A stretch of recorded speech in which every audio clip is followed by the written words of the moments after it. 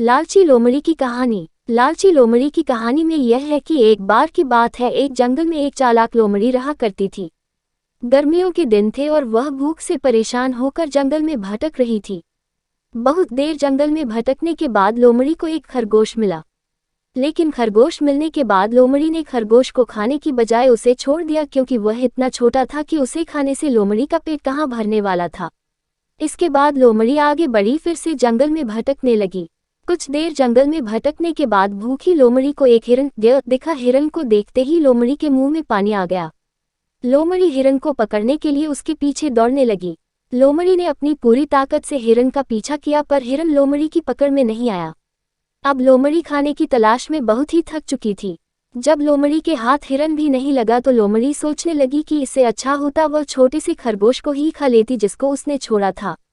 कुछ देर आराम करने के बाद लोमड़ी खरगोश को ढूंढने के लिए फिर से जंगल में भटकने जंगल में खरगोश को ढूंढते हुए लोमड़ी वहां पहुंची जहां उसने खरगोश रैबिट को देखा था। लेकिन लोमड़ी को वहां खरगोश नहीं दिखा। थक हार कर लोमड़ी को अपनी गुफा में लौटना पड़ा, जिसके बाद कई दिनों तक भूखी लोमड़ी अपनी गुफा में भूखा रहना पड़ा और बहुत दिन बीत जाने के बाद लोमड़ी को खाना मिला।